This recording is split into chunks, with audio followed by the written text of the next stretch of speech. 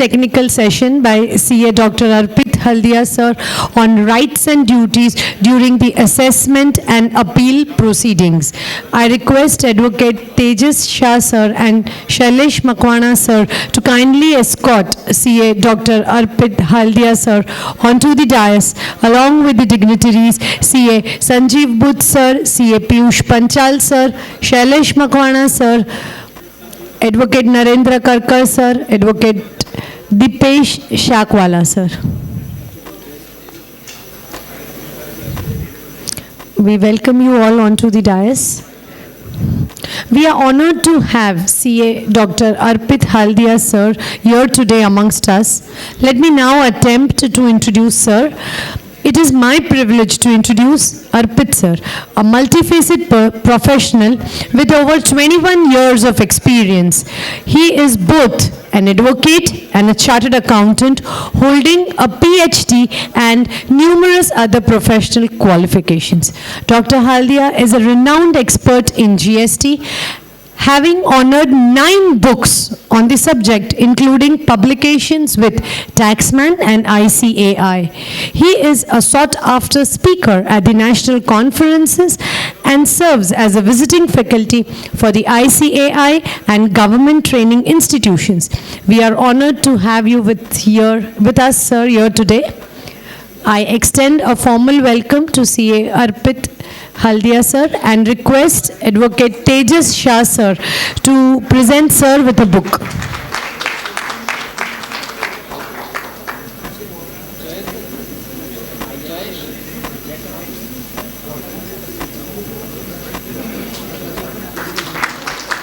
Thank you, sir. I now request Shailesh Makwana sir to kindly come forward and felicitate Arpit sir with a memento.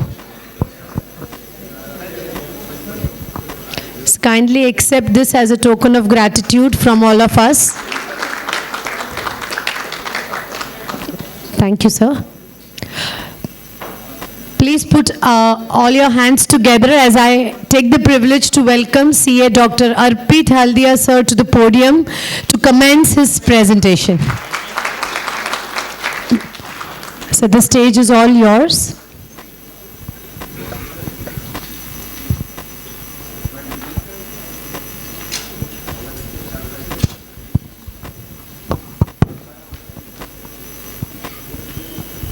A very good afternoon to all. Good afternoon, sir. Dignitaries on the dais, off the dais, members of the association. First of all, I would like to extend my thanks to the association for giving me this opportunity to share my thoughts on the burning issue of rights and duties of taxpayer during assessment and appeal proceedings. I would like to keep it a two-way communication, because it's a post-lunch session, and post-lunch session is always the toughest session. So there was a sumptuous lunch before my session, and the lunch has an overhanging effect over the participants during the post-lunch session. So I would like to keep it a two-way session and start with something which keeps me engaged, because I have been practicing for the last 21 years. Since 2002. तो कभी यहाँ पे काफ़ी seniors भी हैं, कभी हमने session सुना है कि how to draft replies in income tax matters. अगर जो ऑर्गेनाइजर्स हैं वो उन्होंने देखा होगा पिछले लास्ट के 2-3 साल में हर कॉन्फ्रेंस में एक सेशन तो होता है how to differ reply to SCN. ऐसा कभी हमने इनकम टैक्स में देखा था? नहीं था. GST में ये सब्जेक्ट जो है ये one of the most sought after subject है, क्योंकि GST में चीज़ें बहुत फास्ट ट्रैवल कर रही हैं. अगर मैं ओशन फ्रेट की बात करूं तो service tax and ocean freight was yet to be decided by the Supreme Court, but it was decided by the Supreme Court in GST that whether GST is leviable on ocean freight or not. It was decided first. और जिस तरह से matters travel कर रहे हैं आप 17.5, a difference between an and or, how fast it has traveled to the court and how soon it has been resolved. हमें लगता है कि 8 साल बाद डिसीजन आया, but 8 years is a very short time if we see that how the other acts have traveled. Central excise act 1944 से था. 2017 में रिपील हुआ, मैन्युफैक्चरिंग अभी तक भी क्लियर नहीं की होती क्या है, 73 years. तो 8 years is a very short time. And if it is decided what is the immovable property and how it has to be decided and what credit has to be taken, that means the act is traveling at a very fast pace. And that's the onus upon the practitioners also, that they have to keep them abreast with the pace which the act is traveling. So starting with today's session, देखिए दो चीज़ें हैं. जब हम ये 1.5 घंटे का session हम अटेंड करें या जब हम डिस्कशन करेंगे और जब भी हम प्रैक्टिस करते हैं, तो पहली तो ये चीज़ कभी सोच के रिप्लाई ड्राफ्ट नहीं करें कि यार ऑफिसर तो मानने वाला नहीं है तो मैं क्यों लिखूं. वो बैठा ही इसीलिए सर आपकी बात माननी नहीं है. वो अगर सारी बात आपकी मान लेगा तो उसको हटा देंगे कि यार टैक्स पेयर सब कुछ सही तो कर रहा है तो तुम्हारी ज़रूरत ही क्या है. जब तक वो लिटिगेशन क्रिएट नहीं करेगा तब तक पूरे सिस्टम में उसकी इंपॉर्टेंस कहाँ से आएगी. तो the first thing which we need to understand is कि मैं जब रिप्लाई ड्राफ्ट कर रहा हूँ, I am not drafting reply that my officer will able to understand and allow me the relief. दूसरी बात, क्या अपीलेट अथॉरिटी में मेरे को रिलीफ मिलेगा. मैं आपको एक एग्जाम्पल देता हूँ. I am coming from Jodhpur. The joint commissioner appeals who was appointed about 1 year back, the day when he appointed as a joint commissioner appeals, a day before he was working in Jodhpur itself as a joint commissioner adjudication. तो क्या आपको लगता है कि जो जना joint commissioner adjudication काम कर रहा है वो अगले दिन अपील में आती है उसका एक तरह से ब्रेन वॉश हो जाएगा.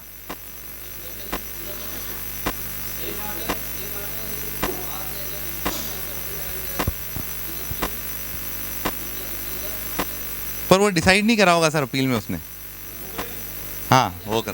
पर मैं वही चीज़ बोल रहा हूँ कि जब वो एक दिन पहले कमिश्नर एडजुडिकेशन काम कर रहा है, whether do you expect them to decide the matter fairly if he is the commissioner appeal? नहीं होगा सर. तो चीज़ मान के चलिए कि कमिश्नर तक चीज़ें नहीं होंगी जैसा हम सोच रहे हैं, but that should not deter us from drafting a reply properly.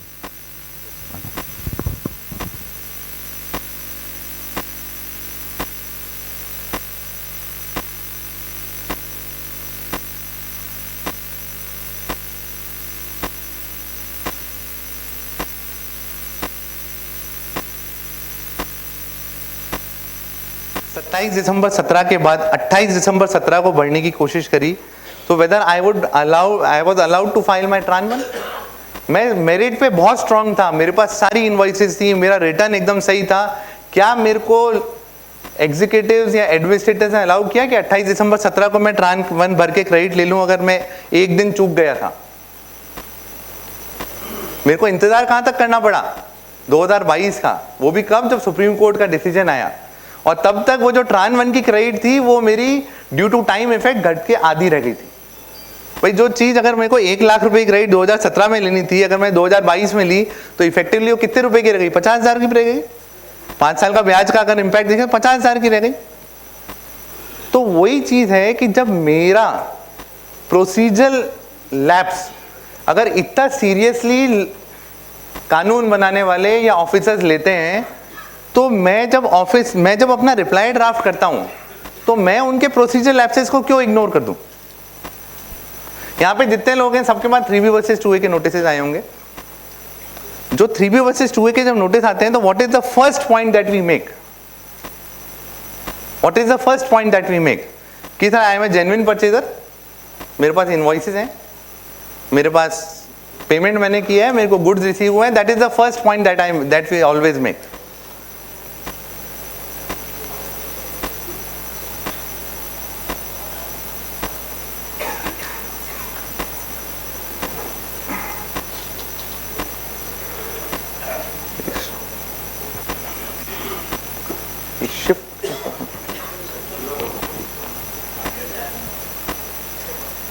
With ITC reflecting into it, this is the notice which you have received.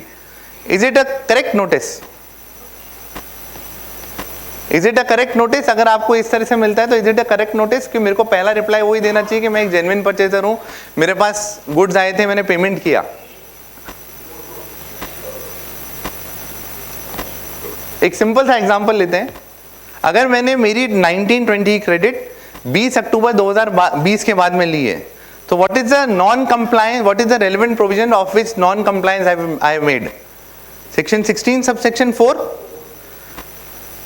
73-74 is a provision for demand and recovery, determination of tax and recovery. But it is not a section of which a non-compliance is ever made. तो जब भी कोई notice आएगा तो first there has to be a section of which the non-compliance has been made. Read with section 73 and 74. तो अगर मेरे को ये notice मिलता है तो it is an completely incorrect notice, क्योंकि इसमें section तो लिखा हुआ ही नहीं मैंने non-compliance किसका किया है. कोई सेक्शन लिखा हुआ दिख रहा है सर इसमें 73 के अलावा? नहीं लिखा हुआ है.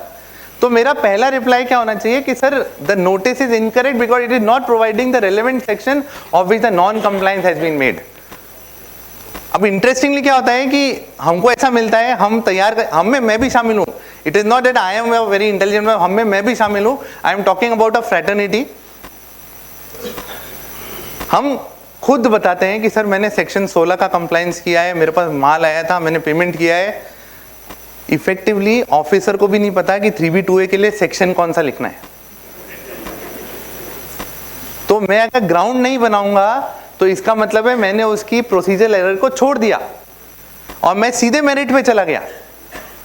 जब मेरा मेरिट पे चाहे ट्रांस 1 कितना ही स्ट्रांग था, एक दिन लेट था क्योंकि मैं प्रोसीजरली गलत था, तो मैं ऑफिसर को क्यों वो राइट दूं कि उसकी सारे प्रोसीजर लैप्स को इग्नोर करके मैं उसको बोल देता हूं कि सर मैं मेरिट पे सही हूं, आप मेरिट पे डिसाइड कर दो. और मेरिट पे तो सर सुप्रीम कोर्ट तक 16 पता नहीं कब डिसाइड होगा, पर मैं सबसे पहले चीजें तो हाईलाइट करूं कि जहां पे उसने गलती करी है.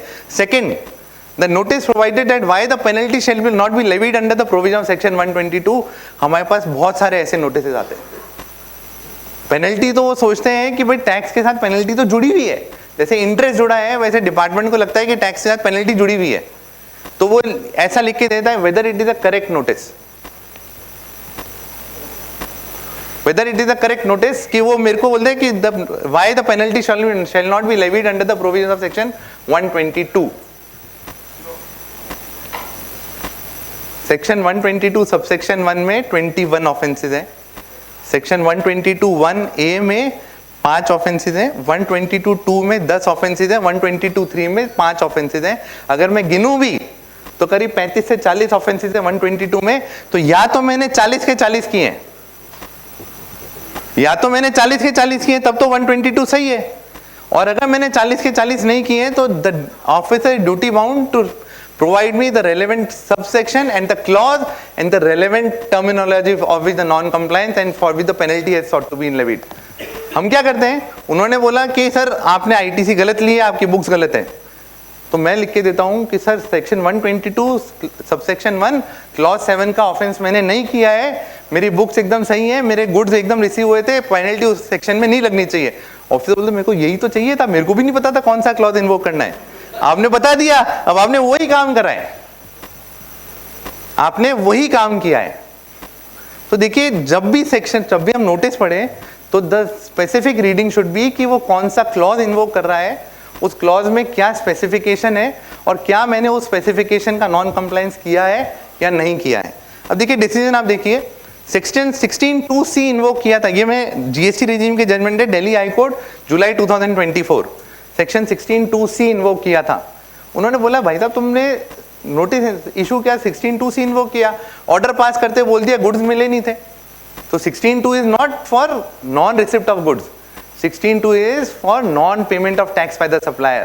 So you cannot go beyond your show cause notice and say in the order कि आपके goods receive नहीं हुए थे इसलिए आप पे penalty confirm की जा रही है.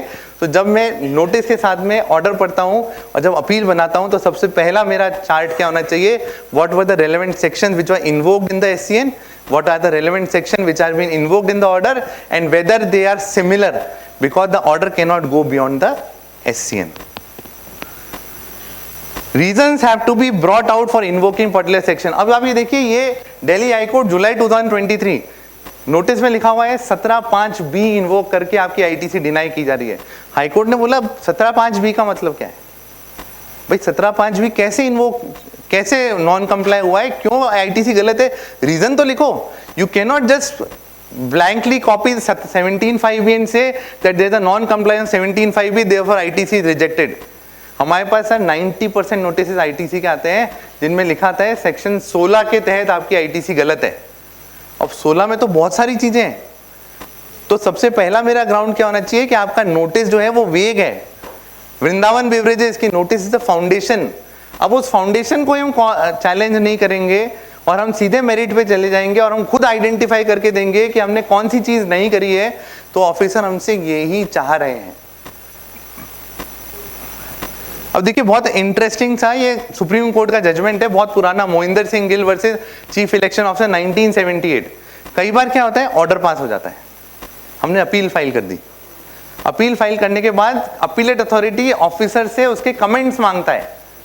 उस कमेंट्स में जो ऑफिसर है वो दो चीजें नहीं लिख के देता है कि सर ये भी कारण थे जिस कारण से मैंने इनकी डिमांड कंफर्म करी थी।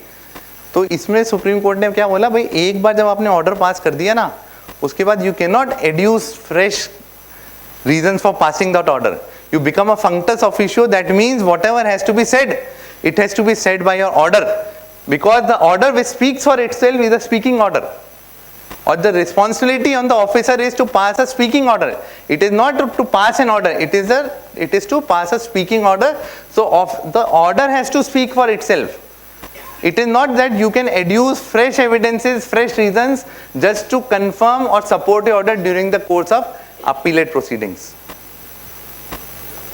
ये एक मास्टर सर्कुलर है 19 जनवरी 2017 का, प्री जीएसटी रिजीम का सर्कुलर है, जहां पे मैं बोलता हूं सर जो भी जना लिटिगेशन की प्रैक्टिस कर रहा है, they should keep this circular as a Bible. बहुत अच्छा सर्कुलर है सर, हर चीज को इन्होंने बहुत इतने अच्छे से समझाया है. और सीबीआईसी ने इश्यू करा हुआ है, प्री जीएसटी रिजीम का सर्कुलर है. हर चीज को लिटिगेशन में what are the prerequisites for SCN, what are the prerequisites for order, what are the prerequisites for holding a valid proceeding, adjudication proceedings. सबसे पहला उसमें क्या लिखा है, the notice should lay down the legal framework. ये board का खुद का सर्कुलर है जहां पे उन्होंने बोला है the authority issuing the SCN should clearly lay down the legal provisions in respect of which the person shall be put to notice.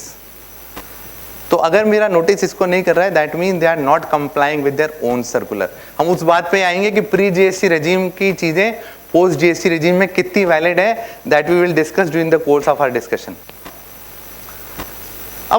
अभी मैं जब लंच में बैठा था तब एक बात हो रही थी कि इनकम टैक्स बिल में बहुत ज़्यादा कोई चेंजेस नहीं हुए. Although I am not a person who reads an income tax bill, पर हमारा डिस्कशन हो रहा था कि इनकम टैक्स बिल में कोई बहुत ज़्यादा चेंजेस नहीं हुए. तब श्रीधर जी मेरे पास बैठे हुए थे कि the changes lies in the nitty gritties and the fine prints. अब मैं आपसे सिर्फ एक चीज़ पूछूंगा, ये सामने मैंने सेक्शन 11 है और सेक्शन 73 ऑफ सीजीएसटी एक्ट, दोनों पेरीमीट्रिया सेक्शन है. मैं सिर्फ आपसे पूछूंगा जो अंडरलाइंड वर्ड है रेड में, सेक्शन 11 है और सेक्शन 73, क्या आपको उसमें कुछ डिफरेंस दिखता है?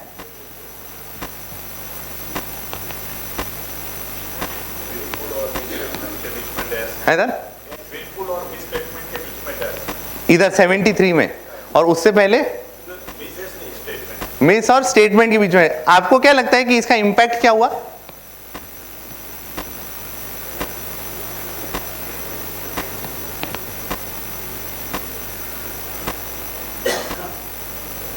ये डैश को इधर से इधर करने में इसका इंपैक्ट क्या हुआ? Yes sir, to the entire audience.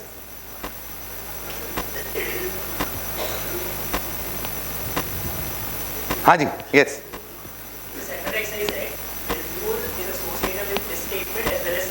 Yes, very true. Sir Cosmic Dyechem supreme court decision in central excise act which said that willful is attaching itself to misstatement and suppression of facts both. But now since the dash has been changed from mis dash statement to willful dash misstatement, now the term willful is only attaching itself to misstatement, it is not attaching itself to suppression of facts. A very big change just to negate the decision of Supreme Court. Now a misstatement has to be willful, but a suppression of facts to evade tax does not has to be willful. तो जो हम बोलते हैं ना कि sir कोई change नहीं हुआ, these are the final points which make a change in the entire understanding. The entire judgment of the Supreme Court in Cosmic Dicam has been negated by this small change. पर अब जो बोलते हैं ना sir, अब नीचे section 122 लिखा है मैंने, और आप पढ़ेंगे ना तो उसमें देखेंगे हर जगह 74 रीड विद 122 इन्वोक किया जाता है. मैं गलत नहीं हूँ सर? यस. अब नीचे 122 लिखा है, 122 में क्या वर्डिंग्स है? 73 एंड 122 ए क्या सेम है या डिफरेंट है? डिफरेंट है। तो यही चीज तो हमको लिखनी है सर कि 73 can never B invoked along with 122 because 73 itself is a section which has its own leg to stand upon, and they two are both these sections are different, and whereas willful is attaching with itself only with misstatement 73, but in 122 there is no such dash. Drafting error है, कुछ भी है, but ultimately मैं ये नहीं बोल सकता हूं कि दो एक्ट में कुछ भी चेंज नहीं है। ये 3 months वाला section 107, whether it is 90 days और 3 months? Yes sir, it is 3 months and 3 months are not equal to 90 days. हमारे पहले वाले सेशन में चाहे हो चुका है। ये सिर्फ मैंने आपको बोला है इलाहाबाद हाई कोर्ट का डिसीजन है मई 2024, wherein with example they have specified that how 3 months and 1 month have to be calculated. So when January 1st 2024 the limitation begins from the next date, that is 2nd January 2024, the 3 months would end on the 1 day prior to the day for the which is falling after 3 months, so it would end on April 1st 2024, and for calculating 1 month for condonation period it would start from April 2 2024 and end on May 1st 2024. अब आते हैं कि किसी भी act को पढ़ना कैसे है। देखिए 1.5 घंटे का सेशन है, मैं आपको चाहे कितना ही बता दूं पर हम बहुत ज्यादा डिटेल में डिस्कस नहीं कर सकते, पर अगर हम फंडामेंटल्स को समझ जाएंगे, हम फंडामेंटल्स पे डिस्कशन कर लेंगे तो शायद हम वो चीज कर सकते हैं खुद जो यहाँ पे हम 1.5 घंटे में नहीं कर सकते।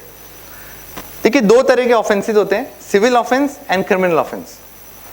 इन a criminal offence mens rea is a essential ingredient to be proved. तो जब मैं आईपीसी के ऑफेंस की बात करता हूं तो वहां पे मेंस रिया देना ही देना पड़ेगा, but civil offense is not an offense where mens rea is an essential ingredient. The only thing which needs to be proved is that whether the offense was committed or not. Simple सी चीज है भाई, आपने ये offense commit किया है, if yes then civil offense is committed, if no then civil offense is not committed. अब GST is by nature a civil statute. GST by nature is a civil statute. Civil statute that means monetary penalties है। Section 69 read with 132 को छोड़ देंगे, which provides for arrest. इसके अलावा यहाँ पे monetary penalties हैं। अब क्वेश्चन ये आता है कि कभी सिविल ऑफेंस में मेंस रिया कैसे डाला जाता है। अब मैं सिंपल सा एग्जांपल लेता हूँ, whether there is a difference between a false invoice and an incorrect invoice. Supposedly a section says that if you issue a incorrect invoice there is a penalty, and another line says if you issue a false invoice there is a penalty. So whether there is a difference between a false invoice and an incorrect invoice? Yes sir, anyone? False is mens rea but incorrect is not mens rea. And when the statute uses the term false, that means the person who is making an allegation has to prove 2 things. First, there was an incorrect invoice, and secondly it was issued intentionally to make it a false invoice. So whenever we have words used like voluntarily, intentionally, negligently, knowingly, fraudulently, dishonestly, rashly, omits, without lawful authority, जब भी इस तरह के words आते हैं इसका मतलब है कि सिविल स्टैट्यूट में मेंस रिया को डाल दिया गया है। तो जब मेंस रिया को डाल दिया गया है तो इसका मतलब ये नहीं है कि सिर्फ ये बताना जरूरी है कि ऑफेंस कमिट हुआ है, ये भी बताना जरूरी है कि ऑफेंस जानबूझ के कमिट हुआ है।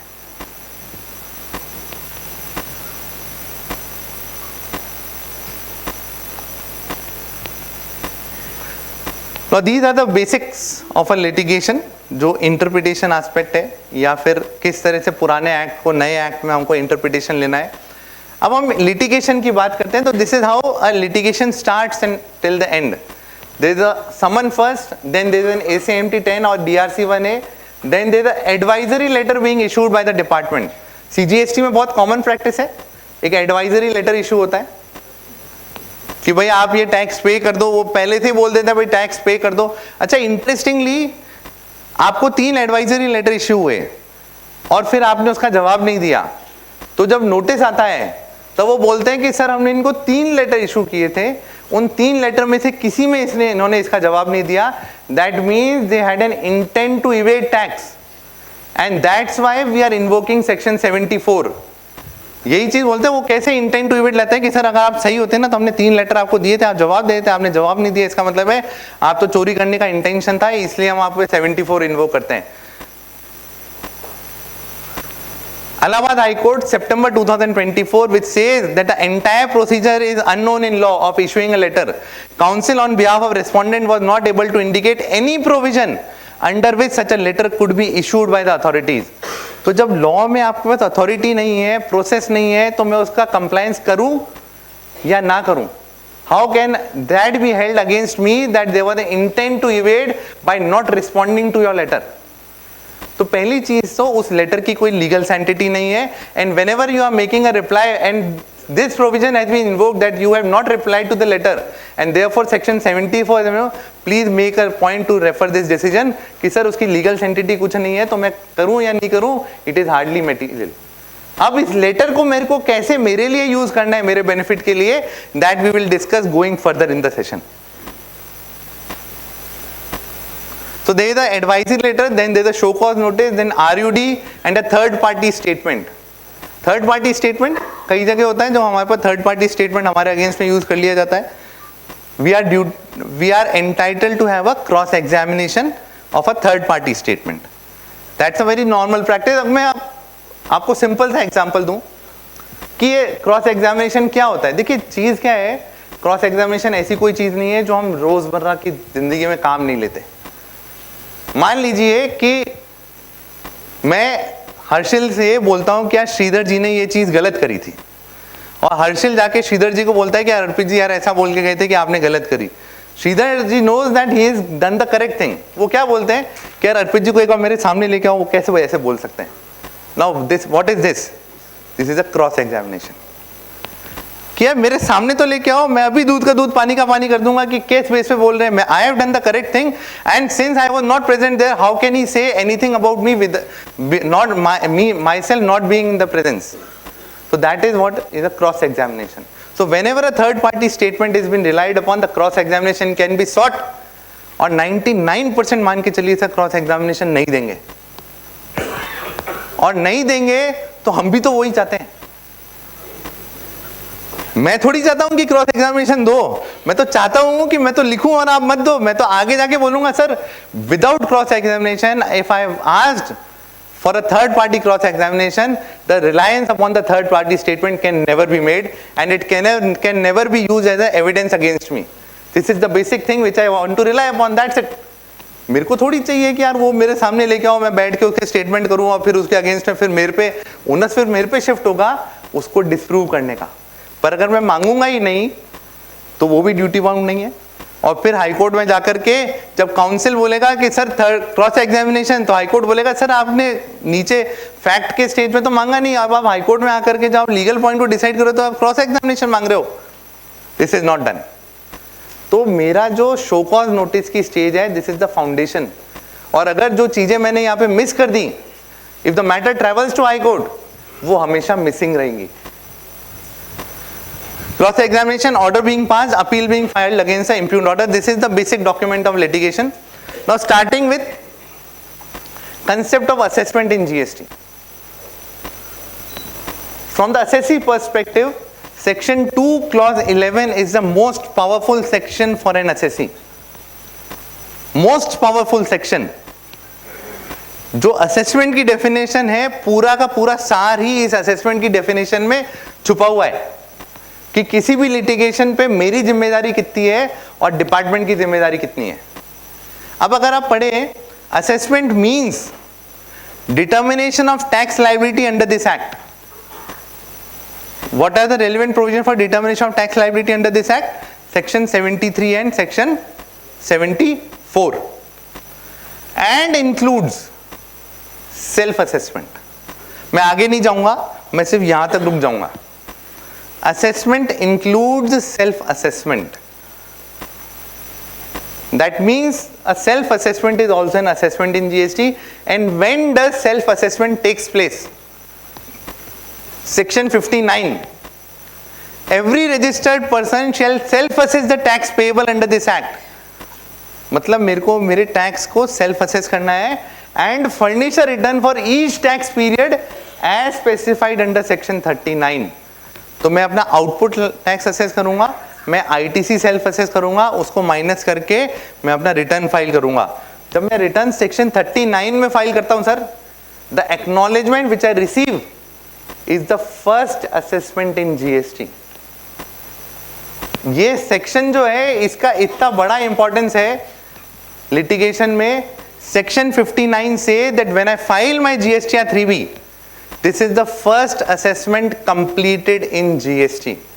Section 61, section 62, section 65, 66, 67, 73, 74 are not the first assessment in GST. Section 59, my return filed in 3B is the first assessment in GST. और जब कोई assessment complete हो जाता है तो ये प्रूव करना कि वो गलत है, वो किसकी जिम्मेदारी है? जो एलिगेशन लगा रहा है. अब मैं 155 पे आता हूं. सेक्शन 155 क्या बोलता है? Where any person claims that he is eligible for ITC under this act, the burden of proving such claim lie on such person. इसकी जरूरत क्यों पड़ी 155 की? अगर 155 नहीं होता तो क्या होता? अगर सिर्फ सेक्शन 59 होता एक्ट में और 155 नहीं होता तो क्या होता? प्रिजम्पशन ऑफ एलिजिबिलिटी किसके फेवर में होती? असेसी के फेवर में. और आईटीसी गलत ली है, ये पहले किसको प्रूव करना पड़ता? डिपार्टमेंट को प्रूव करना पड़ता. तो 155 डाल के क्या बोला कि आईटीसी केस में तो पहले आप बताओगे कि आप सही हो, डिपार्टमेंट नहीं बताएगा कि आप गलत हो. आपने जब बता दिया कि आप सही हो तो फिर किसको बताना है कि आप गलत हो? डिपार्टमेंट. चलिए ठीक है, आईटीसी पे तो मैं बताऊंगा, बाकी सब पे कौन बताएगा? बाकी सब पे कौन बताएगा? डिपार्टमेंट बताएगा. तो अगर वो ये बोलते हैं कि मेरा आउटपुट टैक्स गलत है तो सिर्फ वो ये बोल के नहीं छोड़ सकते कि it appears that you have incorrectly charge output tax at the rate of 12%. In my opinion output tax has to be charge at 18%. No sir, you can not do this. The onus is upon you to prove that I have charged incorrectly, and it is upon you to prove that what was the correct tax, under which heading, under which HSN and under which rate. तो अब अगर मेरे पास देखिए 59, इसीलिए मैं बोलता हूं कि 155 59 की अहमियत को और बढ़ाता है. अगर 155 नहीं होता तो आईटीसी गलत है ये प्रूव करने की जिम्मेदारी पहली डिपार्टमेंट की होती, पर अब मेरी है. तो I accept my responsibility, but at the same time it is on the department to accept their responsibility in matters pertaining other than ITC. तो अब मेरे पास जब आउटपुट लायबिलिटी का नोटिस आएगा तो मेरे को बताएंगे कि सही रेट क्या होनी चाहिए थी उनके हिसाब से, कौन से एंट्री में होनी चाहिए थी, कौन से नोटिफिकेशन में होनी चाहिए थी, उसका क्या रेट होनी चाहिए थी, उसका प्लेस ऑफ सप्लाई भी क्या होना चाहिए था. आज आपके पास आईजीएसटी की जब डिमांड आती है उनमें कभी आपने देखा कि प्लेस ऑफ सप्लाई क्या लिखा हुआ होता है? ये ओनर्स डिपार्टमेंट पे है कि वो प्लेस ऑफ सप्लाई भी करेक्ट बताए आपको. मैं अपने जीएसटीआर 1 में गलत प्लेस ऑफ सप्लाई डाल देता हूं तो मेरे पे तो बोल देते हैं कि रिसिपिएंट को क्रेडिट नहीं दोगे. तो आपकी जिम्मेदारी नहीं है जब आप मेरे को डीआरसी 07 दे रहे हो तो what is the correct place of supply. Because section 59 is there, whenever a notice is pertaining to output supply or any matter other than input, the onus is always on the department. If the onus has not been discharged, the first ground should be that I have self-assessed the tax correctly, and since I have make the first assessment in GST, since you are challenging that assessment, you have to provide me clear reason for invoking or issuing the notice. देखिए ये GST regime का Calcutta high court जून 2024 जहां पे उन्होंने बोला था that the onus of proving a product classification under a specific tariff heading lies with the revenue authority, which must demonstrate that such classification aligns with the understanding of consumer or common parlance. The burden of proof rests with the taxing authorities herein. The respondent authorities who substantiate their claims regarding the taxable nature of particular case or item, mere assertion in this regard holds no weight. यहाँ पे भी उन्होंने बोला था कि नहीं आपको गलत HSN में लगा रहे हो, आपको 6304 में लगाना था। उन्होंने बोला पर रीजन के साथ में, स्पेसिफिक फाइंडिंग के साथ में बताओ, ऐसे नहीं चलेगा कुछ भी आप लिख दोगे। Cement marketing supreme court decision, जहां पे केस क्या था कि जो वैट रेजिम में प्रैक्टिस करते थे उनको एक ध्यान होगा कि सबसे बड़ा एक इश्यू होता था कि मैंने सेल प्राइस दिखाई और फ्रेट अलग से दिखाया, तो फ्रेट जुड़ के टैक्स लगेगा या फिर सेल प्राइस पे टैक्स लगेगा। तो उसमें क्या था कि उन्होंने फ्रेट को एग्जेम्प्ट मान के टैक्स लगाया था। तो डिपार्टमेंट ने बोला सर इन्होंने फ्रेट पे टैक्स नहीं लगाया, मतलब इनके चोरी करने का अंदेशा था, चोरी करने का अंदेशा था, इसलिए इस पे पेनल्टी लगेगी। तो सुप्रीम कोर्ट ने बोला भाई उसका एक इंटरप्रिटेशन है कि इस पे टैक्स नहीं लगेगा, इसलिए उसने उसको एग्जेम्प्ट में दिखा दिया। तुम क्या मानते हो कि उसको चैलेंज करना है तो पहले वो पूरा टैक्स भरेगा फिर तुम्हारे पास लड़ने के लिए आएगा? पहले तो वो अपना इंटरप्रिटेशन डालेगा। वो इंटरप्रिटेशन उसने रिटर्न में दिखा दिया कि मेरे को एग्जेम्प्ट में डालना है, उसने एग्जेम्प्टेड टर्नओवर दिखा दिया। Once he disclose it then it becomes a matter of interpretation. It can not be said that tax was not paid with an intent to evade. अब देखिए यहाँ पे गुजरात में भी बहुत सारे नोटिस आए होंगे सेक्शन 7512 के, जिसमें उन्होंने बोला कि भाई आपका इंटरेस्ट जो है वो डायरेक्टली रिकवरेबल है, सेक्शन 7512। सेक्शन 59 ही 7512 का बेस बन रहा है। सेक्शन 59 क्या बोलता है? Once a return has been filed that means the tax has been self assessed and first assessment in GST has been completed. इसलिए सेक्शन 7512 बोलता है notwithstanding anything contained in section 73 or 74 where any amount of self assessed tax in accordance with return furnished under section 39 remains unpaid either wholly or partly or any amount of interest payable on such tax remains unpaid the same shall be recovered under the provisions of section 79। तो इसका मतलब क्या हुआ कि उन्होंने बोल दिया कि भाई 59 में जब फर्स्ट असेसमेंट पूरा हो चुका है तो फिर तुम्हें वापस से असेसमेंट की जरूरत क्यों चाहिए? आप ही तो बोल रहे हो 59 में जब हम 39 का रिटर्न फाइल कर रहे हैं तो फिर फर्स्ट असेसमेंट कंप्लीट हो गया। फर्स्ट असेसमेंट कंप्लीट हो गया तो that means you have determined your liability. Once you have determined your liability, why you need another assessment under section 73 74 for determination of interest? That is the basic reasoning why 7512 has an overriding effect over 73 74 and a demand for non-payment of interest is directly recoverable under section 79। इसके बाद एक amnesty scheme में एक circular आया, circular number 238, जिसमें उन्होंने बोला para 4 में कि सेल्फ असेस्ड इंटरेस्ट की डिमांड और लेट फीस की डिमांड एमनेस्टी में कवर नहीं होंगी। सबने पढ़ा है वो सर्कुलर? वो सर्कुलर क्यों आया, उसमें ऐसा क्यों बोला गया? क्योंकि उन्होंने वापस से वही चीज देखी कि 7512 जो है वो सेक्शन 59 के सेल्फ असेसमेंट के बाद में इन्वोक होता है। And when a first assessment has been completed under section 59, therefore there is no need to invoke 73 74, and since there is no need to invoke 73 74, that interest is recoverable by way of 7512, and since the amnesty scheme is only for 73, therefore 7512 matters are not eligible for the amnesty scheme. So far so good। मैं मानता हूं sir कि अगर self assessment का हुआ है तो interest आपका डायरेक्टली रिकवर है 79 में। पर दो चीजें, एमनेस्टी स्कीम किस सेक्शन की है? सेक्शन 73। ऑफिसर को उस सर्कुलर के अकॉर्डिंग क्या करना चाहिए था? इंटरेस्ट किस में रिकवर करना चाहिए था? 75(12) में। उसने क्या किया? ऑर्डर किस में इशू किया? 73 में। आज की तारीख में as a matter of fact वो ऑर्डर कौन से सेक्शन में इशूड है? 73 में। आपके ऑफिसर ने गलती करी है, you could have filed an appeal in section 107 subsection 2, you could have reviewed under section 108, but since you have not filed an appeal under section 1072, you have not reviewed it, and the fact will stand as on dated that it is an order passed under section 73, even though your circular is going beyond the statute while stating that tax on self assessed interest is not covered। मेरे लिए आज के दिन में एक ही चीज है कि सेक्शन 73 का ऑर्डर है। सेक्शन 73 का ऑर्डर गलत है, सही है, I am least concern, and as a matter of fact section 73 is covered under the amnesty scheme, so I am entitled to claim the benefit of 73 even though it is an interest on late payment of tax। तो sir ऐसे matters में my opinion is कि जहां पे भी late payment interest का है, file a amnesty scheme, let them reject it. The only ground which has to be taken is that this is an order passed under section 73. गलत था. You have all the recourse under the statute to correct it, but since you have not corrected it, therefore the things stand as in date. I am also eligible. उसी तरह से late fees का matter. Late fees के लिए section 73 क्या बोलता है? क्या क्या चीजें रिकवर हो सकती हैं? Tax, interest and penalty. क्या सेक्शन 73 बोलता है कि लेट फीस रिकवर हो सकती है? नहीं बोल सकता ना सर? Yes sir. सेक्शन 73 बोलता है कि टैक्स, इंटरेस्ट, पेनल्टी के अलावा कोई चौथी चीज रिकवर हो सकती है उसमें? नहीं हो सकती. इसीलिए सर्कुलर नंबर 238 बोल रहा है कि late fees is not covered under amnesty scheme.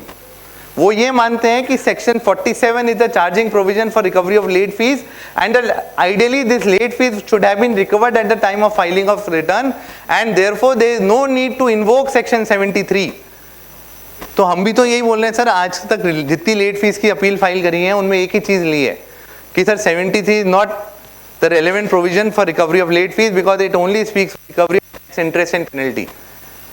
और वही चीज वो सर्कुलर बोल रहा है, पर फिर मैं वापस से उसी चीज पे आऊंगा. आज की तारीख में वो ऑर्डर कौन से प्रोविजन में है? 73. गलती किसकी है 73 में इशू करने की? ऑफिसर की. गलती भुगतेगा कौन?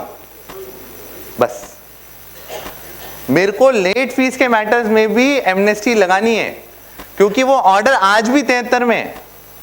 और जब ऑर्डर 73 में है तो I am eligible by bare wording of section 128A because section 128A does not specify that the tax on self assess interest on self assess tax और late fees would not be covered. On the contrary what 128A says that upon payment of tax, interest under section 50, penalty and all proceedings attached with the notice or the order or the statement would be deemed to be concluded. So my late fees falls in all other proceedings which should be deemed to be concluded, and that's why as a matter of fact I do not relate with the circular when it says that interest on self-assessed tax and late fees are not covered. For me, if the notice, order or statement has been issued under 73 for interest of late fees, whatever the case may be, it is very well covered under amnesty scheme.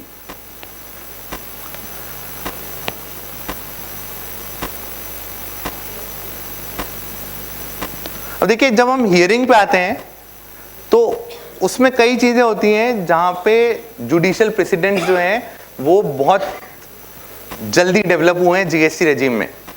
Let's start with first thing, opportunity of being heard. Section 75 subsection 4 सबको clear है कि चाहे adverse opinion जहां पे करी गई है, चाहे एसएससी मांगे नहीं मांगे, वो उसको अपॉर्चुनिटी ऑफ बीइंग हर्ड देनी पड़ेगी. Date, time and venue of hearing. DRC 01 जब भी हमारे पास आते हैं तो उसमें डेट ऑफ सबमिशन तो दिया जाता है, date of hearing, venue of hearing और टाइम ऑफ हियरिंग नहीं दिया जाता. वो उसका इम्पैक्ट क्या होगा वो हम थोड़ी देर में 5 मिनट में डिस्कस करते हैं when we will discuss the relevant judgment. तीसरा, time limit lesser than 30 days provided to file the reply. Section 73 बोलता है कि आपको मिनिमम 30 डेज देने पड़ेंगे, तो कोई भी नोटिस आपको 30 दिन से कम का टाइम नहीं दे सकता to file the reply. If they have done that thing, that means they have gone beyond the statute. ये सबसे इंटरेस्टिंग चीज है. Ex parte order not passed on the date of hearing. बहुत कॉमन क्या होता है, मान लीजिए 3rd डेट दी गई हियरिंग की, उस दिन मैं नहीं आया,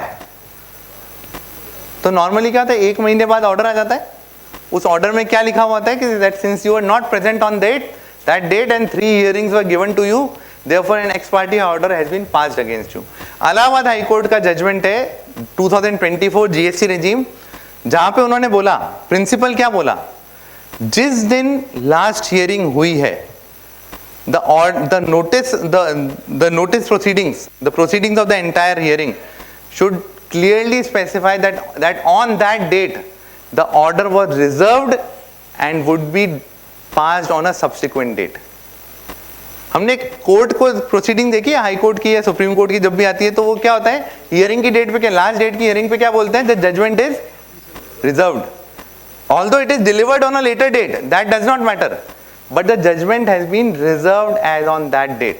तो उन्होंने यही चीज बोली यहाँ पे कि जिस दिन आपकी लास्ट हियरिंग थी आपकी नोटिस शीट में लिखा हुआ नहीं था कि the judgment has been reserved on that date, and since the judgment was not reserved on that date and it has been passed 2 months subsequent to that date, therefore you were duty bound to give another opportunity to the assessee for presenting his case, or your proceeding should have clearly mentioned that the judgment has been reserved and it would be passed delivered on a later date. तो sir जहाँ पे भी आपके x party orders हैं वहाँ पे ये बोल करके लिया गया है कि तीसरी हियरिंग पे आप नहीं आए, kindly make it a point to obtain the copy of the notice proceedings, and if the judgment has not been reserved on that date, make it a point to rely upon this judgment, and this judgment is not a individual judgment, it has a precedence of a precedence of another judgment which was passed in GST regime and which relied upon a Supreme Court judgment for giving this judgment.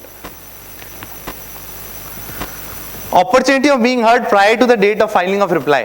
कई बार ऐसा होता है कि 30 दिन refund के matters जो होते हैं उसमें 15 दिन देने होते हैं रिप्लाई करने के लिए, वो नोटिस इशू करके क्या बोलते हैं कि आपको रिप्लाई तो 27 तारीख तक देना है but the date of hearing is given on 24th। तो अब कोर्ट ने बोला भाई तुम्हारे पास रिप्लाई नहीं आया, वो क्या तो बोलेगा और तुम क्या तो समझोगे, रिप्लाई जब देगा तो उसको ही तो समझाएगा, तो तुम उससे पहले उसको सुन के कर क्या लोगे। तो ऐसी कोई अपॉर्चुनिटी का कोई मतलब नहीं है जो तुम हियरिंग की डेट तो 27 को दे, लास्ट डेट ऑफ फाइलिंग और रिप्लाई तो 27 है और हियरिंग की डेट तुम 24 को देके खत्म कर रहे हो कि 24 को वो नहीं आया इसलिए हमने उसके रिटन सबमिशन पे ऑर्डर पास कर दिया। That is an incorrect proceeding. अब सिंपल सी चीज आपको बताता हूं, जो मैंने शुरुआत में बोला था कि आपने जो रिप्लाई है, जो हम रिप्लाई फाइल कर रहे हैं, make it a point that all the matters are covered in the reply। आप मत सोचो कि यार मेरे लिखने से ऑफिसर तो मानने वाला नहीं है तो उससे क्या होने वाला है। भाई किसी ने सोचा था 168A का मैटर कि जो notification extending the time limit जो असेसमेंट प्रोसीडिंग्स का है उसको इस पॉइंट पे भी चैलेंज किया जा सकता है कि सर कोविड तो बहुत पहले खत्म हो गया था, ये नोटिफिकेशन बाद में क्यों लेके आए। कब क्या चीज चलेगी यू नेवर नो। अगर आपके नोटिस में डेट, टाइम और वेन्यू ऑफ हियरिंग नहीं लिखा हुआ, आप उसको ग्राउंड बनाओ सर। मैं आपको बताता हूं क्यों बनाओ और कैसे चीजें चलती हैं। ये 1976 का बॉम्बे हाई कोर्ट का डिसीजन है और आप चीज देखिए कि किस चीज पे ये पूरी प्रोसीडिंग हुई। 50 साल हो गए, ये मैटर अभी तक सुप्रीम कोर्ट में डिसाइड नहीं हुआ, ना सुप्रीम कोर्ट डिपार्टमेंट गया है। हुआ क्या था, 31 मार्च जो थी वो एक लास्ट डेट थी नोटिस इशू करने की। 31 मार्च को नोटिस इशू हो गया with a date of hearing fixed on 18th of April। 16 अप्रैल को ऑफिसर को पता चला कि 18 तारीख तो संडे है, तो उसने उसको बढ़ा करके 24 अप्रैल कर दिया। 24 अप्रैल कर दिया तो असेसी ने उस पॉइंट पे उसको चैलेंज कर दिया कि sir the date of hearing can not be 24 April if the date of hearing has sought to be changed from 18th to 24। This is a material change in the notice and therefore the notice should be treated to have been issued on 18th and not on 31st of March। तो department ने बोला sir क्या फर्क पड़ता है, सुनवाई का तो अवसर देना था, सुनवाई दे दी ना 16 तारीख को, 24 को सुन लिया, मेरिट पे पास कर दिया। उन्होंने बोला कि नहीं, this date of hearing formed a integral part of the notice. If we accept to your contention of the department, that means you could have stated that the hearing date has been fixed on 35th of January and then you could have changed it to another date। That cannot be a case while issuing a notice, and therefore since you have corrected the date on 16th of April, therefore it would be treated that the notice has been issued on 16th, and since the limitation was completed on 31st of March, therefore the entire proceedings are barred by limitation।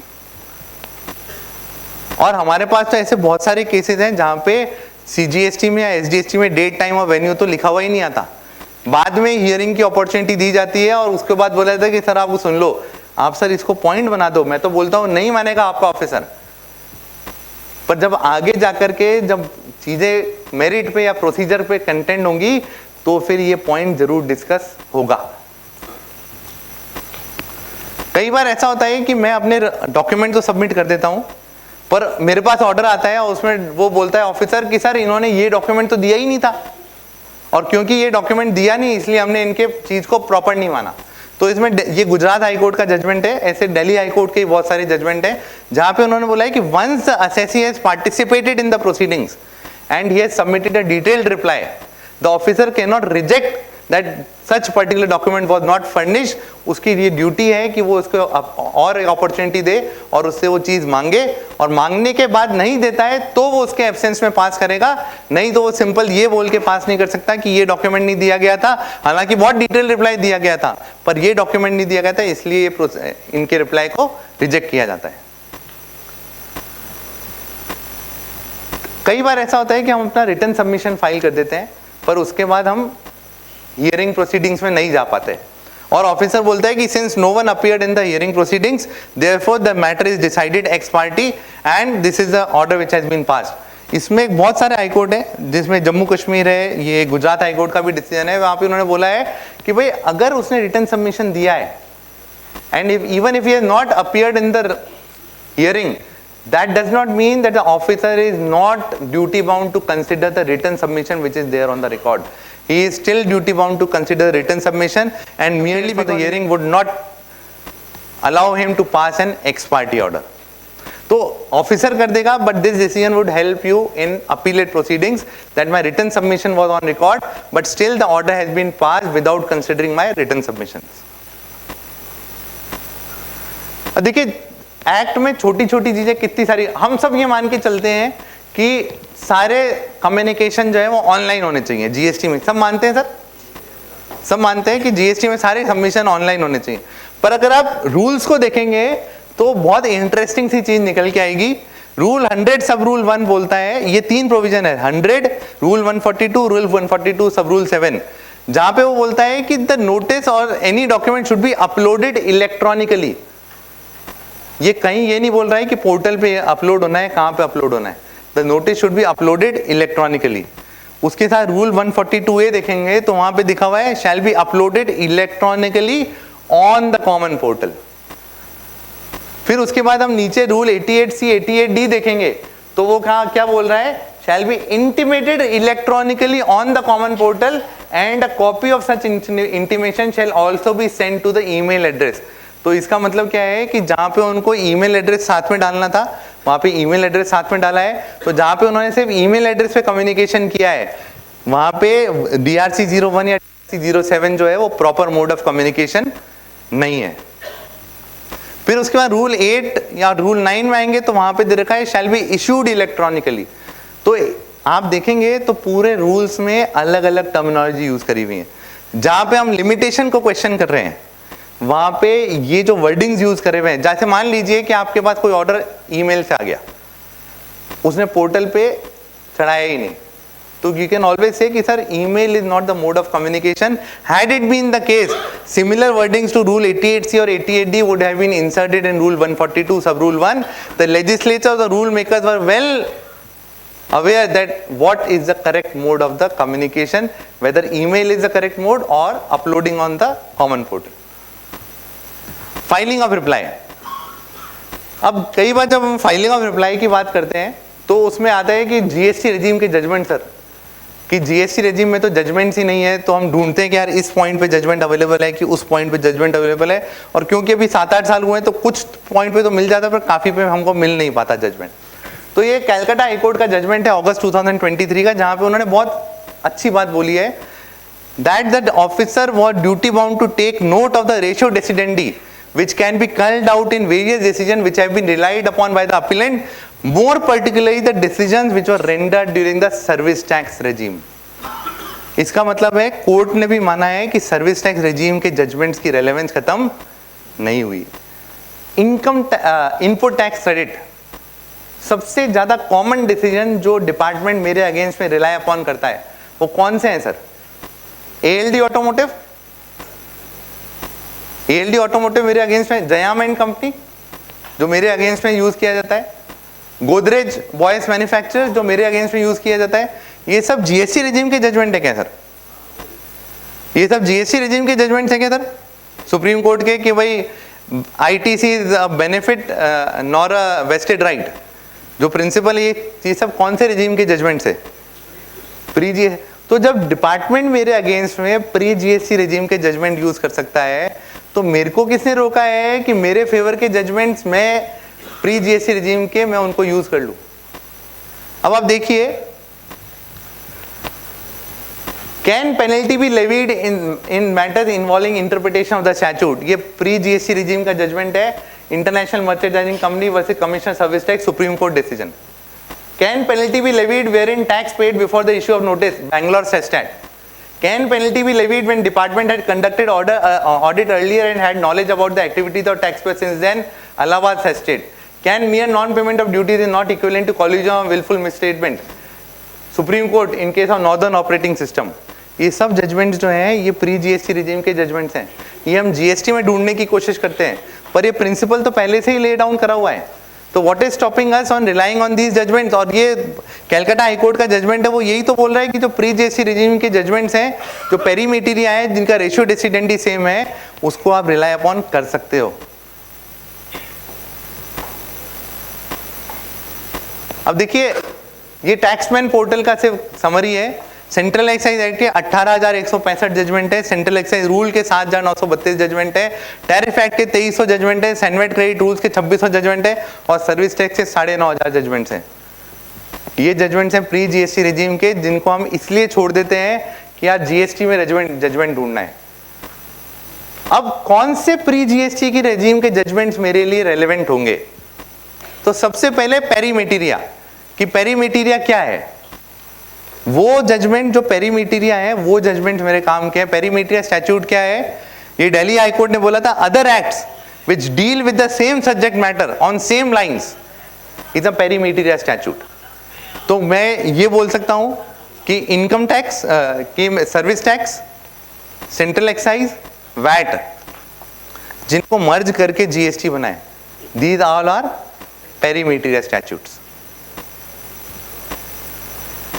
अब how to use tool of interpretation, देखिए अब बहुत interesting सी चीज है ये, use of same word in similar connection in both the statutes. अगर दो वर्ड पुराने स्टैट्यूट में और नए स्टैट्यूट में सिमिलर कंटेक्स्ट में और सिमिलर कनेक्शन के साथ यूज करे हुए हैं, तो that means use of same words in similar connection later statute gives the presumption that it has the same meaning as it was in the earlier statute. Authoritative interpretation of same word in same context in earlier statute, कोई ऐसा word है जो GST में भी है और वो word पहले प्री जीएसटी में भी था और उस पे सुप्रीम कोर्ट का जजमेंट आया हुआ है, उसके लिए कोर्ट ने क्या बोला है? Where a word of doubtful meaning has received a clear judicial interpretation, the subsequent statute which incorporates the same word or same phrase in a similar construct must be construed as per the meaning that has been previously assigned to it. दूसरा, use of same word in similar context in a later act gives rise to a strong presumption that parliament intends the same interpretation should be followed in the later act. फिर उसके बाद तीसरा, courts have put upon the words and when the legislature repeat the same words they must be taken to have accepted the interpretation. इसका मतलब है कि अगर government ने पुराने एक्ट में कोई जजमेंट आया हुआ था, उस जजमेंट के बाद में नए एक्ट में भी वो वर्ड यूज किया है, इसका मतलब है कि उन्होंने पुराने एक्ट के इंटरप्रिटेशन को मान लिया है, अगर उन्होंने फर्दर उसकी सब्सिक्वेंट अपील नहीं करी है, और अब वो पुराना जजमेंट नए एक्ट में भी उनके लिए बाइंडिंग है। ये सब प्रिंसिपल्स जो हैं, ये सब मैंने अलग अलग जो जजमेंट्स आए हुए हैं वहां से लिए हुए हैं। तीसरा concept, different language in latest statute indicates change of interpretation was intended. तो अगर नए एक्ट में लैंग्वेज डिफरेंट है तो पुराने एक्ट का इंटरप्रिटेशन नहीं चलेगा। अभी सबको ध्यान है वो ओरिजिनल इक्विपमेंट मैन्युफैक्चरर का दिसंबर 24 में एक जजमेंट सर्कुलर आया कि अगर आपकी डिलीवरी कार मैन्युफैक्चरर्स ने अपने प्रेमाइसिस में भी दे दी है और वो कार जो है वो डीलर के प्रेमाइसिस में नहीं आई है, तो भी डीलर उसकी आईटीसी क्लेम कर सकता है 16(2)(b) के अकॉर्डिंग। अगर दिसंबर 24 का जो सर्कुलर आया है जहाँ पे उन्होंने डीम्ड डिलीवरी या कंस्ट्रक्टेड डिलीवरी के कंसेप्ट को माना है, वहाँ पे उन्होंने रिलाई अपॉन क्या किया है? उन्होंने सेंट्रल एक्साइज के रूल 4 को रिलाई अपॉन किया है, जहाँ पे उन्होंने बोला है कि उस पुराने रूल में कंडीशन थी the goods should be received at the factory and 16(2)(b) से that the goods should be received. तो there is a departure from the earlier regime, and since there is a departure from the earlier regime, therefore in new regime ITC can still be claimed even though the goods have not been received at the business premises. If the intention would have been that ITC can only be claimed when the goods have been received, they would have clearly provided in 16(2)(b that the ITC should only be availed when the goods have been received at the business premises. तो इस तरह से देखिए उस circular में भी पुराने act के रेफरेंस को लेकर के नए एक्ट के इंटरप्रिटेशन को किया गया है. तो पुराने एक्ट के जजमेंट जो है they have not expired, they still can be used. The only thing is that since the department is using against us, but we are not using it, them in favor of us. अब आता है ratio decidendi. हर judgement काम का नहीं है, हर judgement काम का नहीं है. द रेशियो, पहला तो पेरीमीट्रिया स्टैट्यूट होना चाहिए, दूसरा उसका रेशियो डेसिडेंडी होना चाहिए. रेशियो डेसिडेंडी हम सब बोलते हैं ना सर, सुप्रीम कोर्ट का जजमेंट आ गया binding president, jurisdictional high court का जजमेंट आ गया बाइंडिंग प्रेसिडेंट. तो बाइंडिंग प्रेसिडेंट है क्या? वही तो रेशियो डेसिडेंडी है, बाइंडिंग प्रेसिडेंट. अब इसमें दलबीर सिंह सुप्रीम कोर्ट, उन्होंने बोला कि किसी भी जजमेंट के 3 पार्ट्स होते हैं. पहला पार्ट होता है फाइंडिंग ऑफ मटेरियल फैक्ट्स, कि उस केस में फैक्ट क्या है. दूसरा पार्ट होता है statement of the principles of law applicable to the legal problems, उन फैक्ट्स पे लॉ का इंटरप्रिटेशन क्या है. तीसरा होता है judgment based on the combined effect of 1 and 2. इसका मतलब है फैक्ट को देखते हुए और लीगल इंटरप्रिटेशन को देखते हुए फाइनल डिसीजन क्या है. तो ये 3 चीजें हैं. तो कोर्ट ने बोला कि भाई इन तीनों में से बाइंडिंग प्रेसिडेंट किसका है, क्या फैक्ट बाइंडिंग है, क्या प्रिंसिपल ऑफ लॉ बाइंडिंग है, या फिर डिसीजन बाइंडिंग है, फाइनल डिसीजन. तो उन्होंने बोला for the purpose of doctrine of president ingredient 2 is the vital element in the decision, this is the ratio decidendi. इसका मतलब है कि न तो फैक्ट बाइंडिंग है न डिसीजन फाइनल बाइंडिंग है. What is binding is the interpretation of the law made by the court.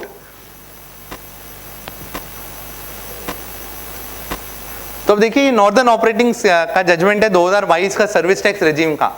अब इसमें बहुत इंटरेस्टिंगली हमको ये पता है कि सेकेंडमेंट ऑफ एम्प्लॉयमेंट पे ये जजमेंट है, पर इसमें एक बहुत इंपॉर्टेंट ऑब्जर्वेशन दिया हुआ है. रेवेन्यू न्यूट्रलिटी पे हम जनरली रिलाई अपॉन करते हैं कैसे केसेस में कि सर रेवेन्यू न्यूट्रल केस है, तो जब पहुंच गया सरकार के पास पैसा तो फिर क्या है. और 2 सुप्रीम कोर्ट के जजमेंट है SRF लिमिटेड और कोका कोला में, जहां पे रेवेन्यू न्यूट्रलिटी पे उन्होंने SSC के फेवर में दिया है. तो सुप्रीम कोर्ट ने क्या ऑब्जर्वेशन दिया, it would be entitle, it is noticeable that the 2 orders relied upon by the petitioner in case of SRF and Coca-Cola by this court, supreme court की judgement है दोनों, merely affirmed the rulings of sestat without any independent reasoning, their precedential value is of limited nature. इसका मतलब क्या है कि उन्होंने बोला कि उन 2 जजमेंट में कोई स्टेटमेंट ऑफ लॉ तो डिस्कस ही नहीं किया. उन्होंने तो बोला कि ट्रिब्यूनल की जजमेंट सही है, तो फिर उन दोनों का कोई रेशियो डेसिडेंडी जो है वो नहीं है, बहुत लिमिटेड नेचर का है, because they have not discussed about the statement of principle of law. इसलिए जब SLP डिसमिस होती है, हमने देखा ना सर वो जैसे सनक्राफ्ट लॉ एंड लॉ वाले, जो कैलकाटा हाईकोर्ट का डिसीजन था जहां पे वो SLP डिसमिस हुई थी. वो SLP डिसमिस क्यों हुई थी, क्योंकि उसमें कोर्ट ने, सुप्रीम कोर्ट ने ऑब्जर्वेशन दिया कि भाई अमाउंट इतना छोटा सा है, इसके लिए हम क्या डिस्कस करें, इसलिए SLP डिसमिस. अभी बॉम्बे हाईकोर्ट में जो 122(1) कैपिटल ए में डिसीजन दिया, हमें 3731 करोड़ की डिमांड निकाली थी एम्प्लॉय पे, बॉम्बे हाईकोर्ट ने बहुत डिटेल डिस्कशन देकर के उसको SSC की फेवर में किया था. सुप्रीम कोर्ट गया डिपार्टमेंट, सुप्रीम कोर्ट गया बॉम्बे, सुप्रीम कोर्ट ने SLP डिसमिस कर दी with an observation that the interpretation of statute aspect is still open to be decided. That means कि सुप्रीम कोर्ट में उसका कोई बाइंडिंग प्रेसिडेंट नहीं है. हम ये नहीं बोल सकते कि सर सुप्रीम कोर्ट का जजमेंट आ गया, रेशियो डेसिडेंडी आ गया, अब आपका ये 122(1) है वो उसी पैटर्न पे चलेगा जो बॉम्बे हाईकोर्ट ने करा हुआ है.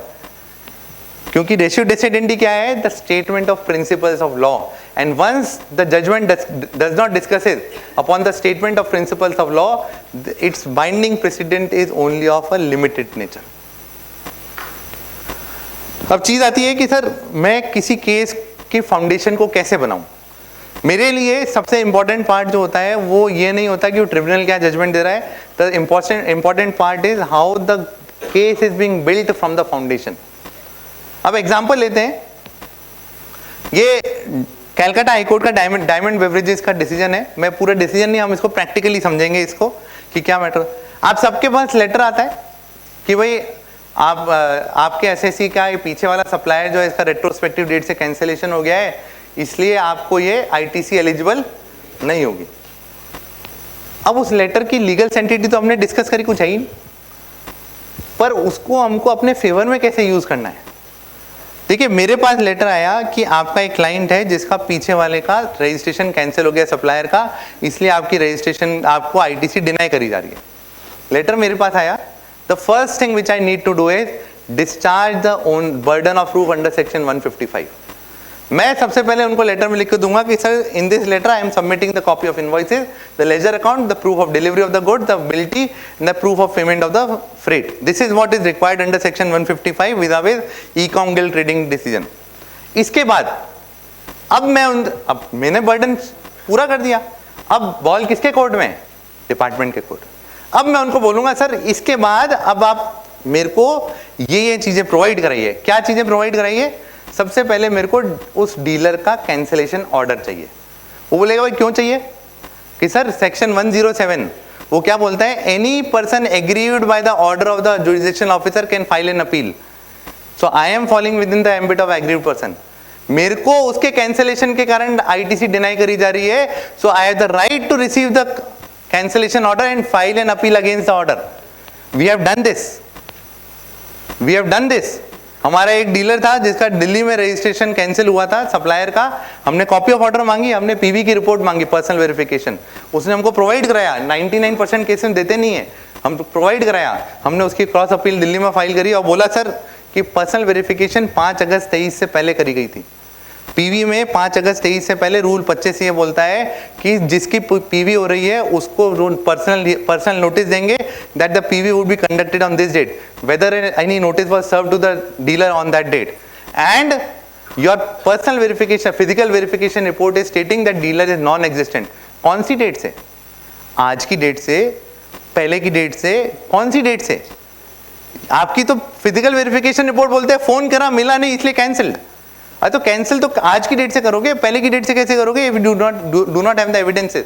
उसके बाद मेरे को उसके असेसमेंट ऑर्डर की कॉपी चाहिए जिसमें ये लिखा हो कि क्या उसकी सारी सप्लाईज फर्जी थी, आउटवर्ड सप्लाईज, और अगर उसकी सारी आउटवर्ड सप्लाईज फर्जी नहीं थी तो फिर मेरी सप्लाई उसमें लिखी हुई है क्या कि मेरी सप्लाई फर्जी थी? और अगर मेरी सप्लाई उसमें लिखी हुई नहीं है कि फर्जी थी तो आपने कैसे मान लिया कि मेरे को गुड्स नहीं मिले? फिर तीसरा कि सर आपने बोला कि उसकी आईटीसी गलत थी, तो आईटीसी मेरे सप्लाई के लिए गलत थी या किसी और की सप्लाई के लिए गलत थी? क्या उसमें क्लियर ऑब्जर्वेशन है? चौथा, आपने बोला सर उसने टैक्स जमा नहीं कराया। मैं बोल रहा हूं सर उसने 3B भरा हुआ है, आपने 3B रिकॉर्ड पे लेके आओ। 3B में टैक्स भरा हुआ है तो फिर प्रॉब्लम कहां पे था? टैक्स जमा है। वो बोलते हैं सर रेट्रोस्पेक्टिव डेट से कैंसिल हो गया। मैंने कहा सर कौन सा प्रोविजन ये बोलता है कि रेट्रोस्पेक्टिव डेट से कैंसिलेशन पे मेरे को आईटीसी डिनाई हो जाएगी?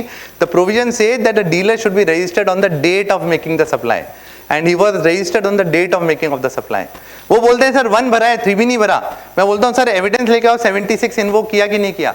79 में सेल्फ असेस लायबिलिटी रिकवरी कर लेते आप उनसे, किसने रोका था आपको? तो ये चीजें हम पूछेंगे जब हम उनसे डॉक्यूमेंट मांगेंगे, और वो लेटर के अगेंस्ट में हमको वही डॉक्यूमेंट मांगने, वो नहीं देंगे सर। बहुत ही बढ़िया है, मत दो। अरे मत दो ना सर, मैं कौन सा चाहता हूं दो मेरे को दे देंगे तो मेरा काम और बढ़ जाएगा। मत दो सर।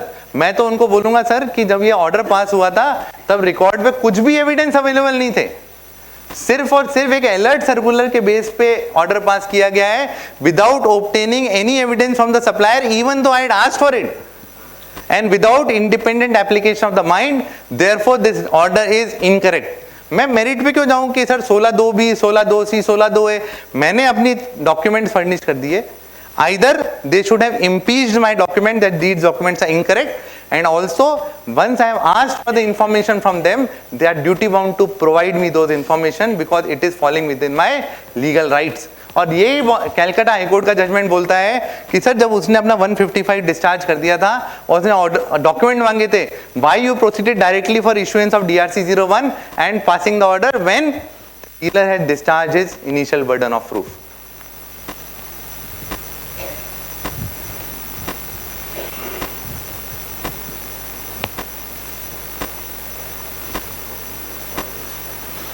अब आते हैं sir question of facts versus question of law. देखिए जब भी आप रिप्लाई तैयार करते हैं तो उसमें दो चीजें होती हैं, question of fact versus question of law. Order states that taxpayer is not in possession of invoice, whether it is a question of fact or a question of law.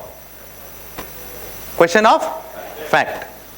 Whether goods were received or not. Order says कि goods received नहीं होते. Whether it is a question of fact or question of law. Fact. Whether constructed delivery is a delivery contemplated under 16(2)(b. Whether it is a question of fact or question of law. Question of law. तो sir बहुत clearly चीज है कि question of fact has to be made at the time of filing of the reply. अगर आप section 58 of the Indian evidence act पढ़ेंगे, facts admitted need not be proved. अब अगर आपके नोटिस में लिखा हुआ है कि sir the tax payer is not in position of invoice, और अगर हम उस पर स्पेसिफिकली काउंटर नहीं करेंगे तो क्या बन जाता है? Admission. And once anything becomes an admission, it becomes an evidence. तो मेरे को जब मैं रिप्लाई तैयार कर रहा हूं तो more than the question of law I have to be very clear on the question of facts, because facts are something which have to be stated in my initial reply. If I have to challenge it, those have to be challenged. If I have to admit it, those have to be specifically admitted. But if I do not do either challenge or admit, then it would be a deemed admission and it becomes an evidence. और ये क्यों चीज है, क्यों चीज बोल रहा हूं?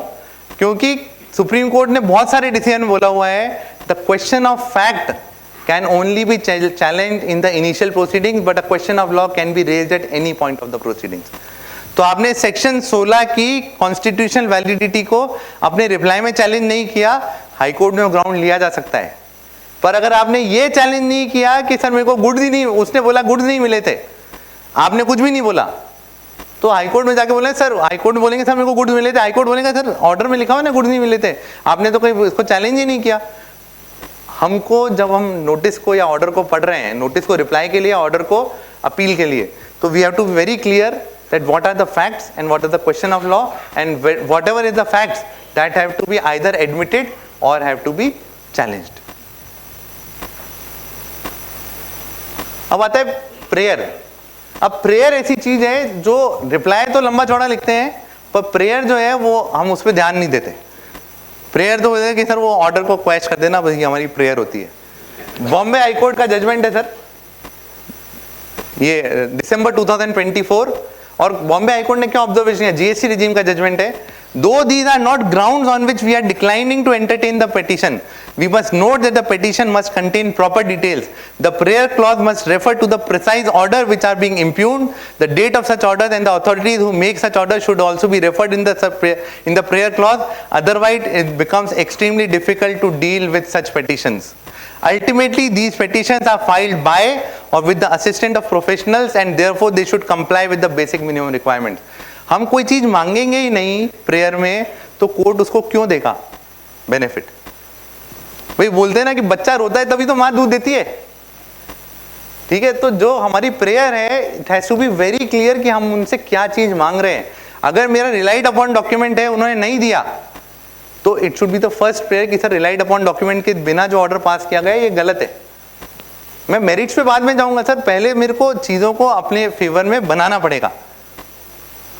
रूल 112 जो हम अभी क्वेश्चन ऑफ फैक्ट्स और क्वेश्चन ऑफ लॉ की बात कर रहे हैं, देखिए कानून तो सरकार को जैसे जैसे समझ में आएगा वैसे वैसे इंप्लीमेंट होगा. 75-12 जो है ना वो 2017 से था, पर समझ में डिपार्टमेंट कब आया? 2025 में. ठीक है, अभी जैसे आपके यहाँ पे अपील हो रही होंगी, हमारे यहाँ पे अपील होती है. रूल 112 को डिपार्टमेंट यूज नहीं करता, पर रूल 112 ऐसा खतरनाक रूल है कि जिस दिन डिपार्टमेंट को समझ में आ गया उस दिन जो नीचे की प्रोसीडिंग्स में डॉक्यूमेंट सबमिट नहीं हुए उनको अपील प्रोसीडिंग में सबमिट करना बहुत ज़्यादा मुश्किल हो जाएगा. क्योंकि रूल 112 ये बोलता है कि जो एविडेंसेस असेसमेंट प्रोसीडिंग में सबमिट होने थे और वो वहाँ पे सबमिट नहीं हुए, और असेसी बोलता है कि अपील के सामने मैं फर्स्ट टाइम प्रोड्यूस करूंगा, तो appellate authority has the right to reject the fresh submission of evidences unless until certain extreme circumstances और सफिशिएंट कॉज और reasonable cause has been mentioned by the tax payer. तो अब मेरे को बोलना है सर वो इनवॉइसेस तो मेरे पास में थे पर मैं सबमिट नहीं कर पाया, तो अपीलेट अथॉरिटी बोल सकता है सर वहाँ पे देना था, नहीं तो मेरे को बताओ क्यों नहीं सबमिट करा आपने, क्या रीज़न है जिसके आप कारण आप नहीं कर पाए थे, तो मैं आपको तो मना करता हूँ इसके लिए. तो I have to be very clear that how the evidences and when the evidences have to be submitted. Prerequisite of a valid order. Unsigned order बहुत सारे आते हैं हमारे पास। ये डिसीजन है बॉम्बे हाई कोर्ट का और आंध्र प्रदेश हाई कोर्ट का डिसीजन है, जहां पे उन्होंने unsigned order has no validity. Adjudication order to be a speaking order, that we have already discussed. Ground of submission and its consideration, अब बहुत इंपॉर्टेंट चीज है ये कि मैं अपने ग्राउंड्स को किस तरह से लिखता हूं और उसकी सीक्वेंसिंग कैसे करता हूं। देखिए, पहला इलाहाबाद हाई कोर्ट का 2021 GST regime judgment, Ashirwad trading company, consideration to alternative issues only if the main submission is rejected.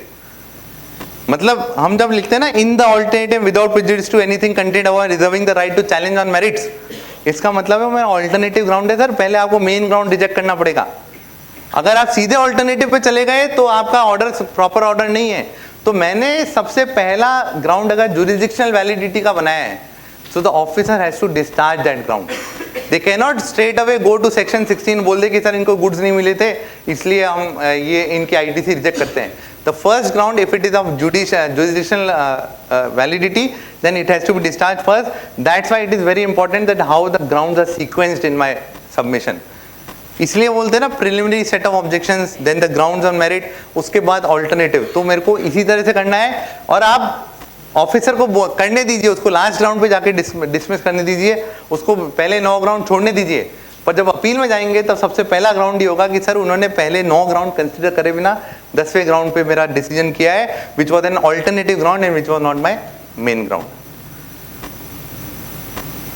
Alternative arguments can never be treated as an admission.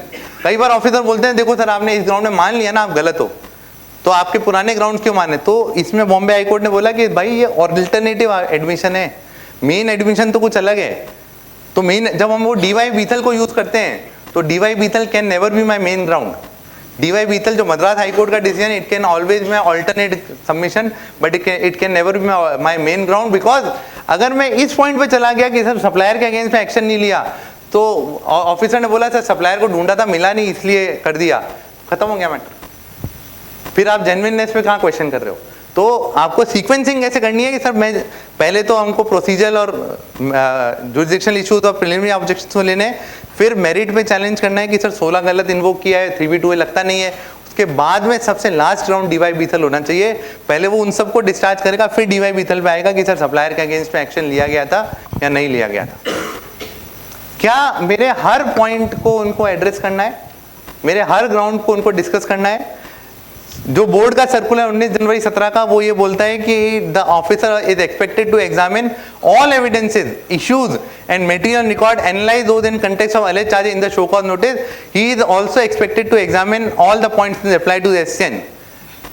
उसके बाद जो अभी जीएसटी रेजिम में मद्रास हाई कोर्ट का decision आया, मैं 5 minute, Madras high court का decision आया, उन्होंने बोला कि भाई आप हर को मत करो, पर एटलीस्ट जो क्रिटिकल ग्राउंड्स हैं जिससे वो पूरा डिसीजन चेंज हो सकता है, you have to analyze those grounds in detail, and if you are not analyzing those grounds, that is not a speaking order.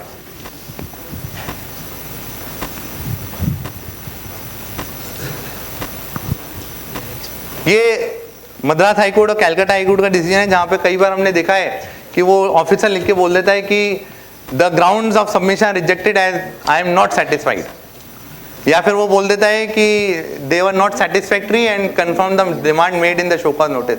तो उन्होंने बोला कि this is a cryptic order and you can not pass an order merely by stating that I am not satisfied with the reply given by the petitioner of assessee.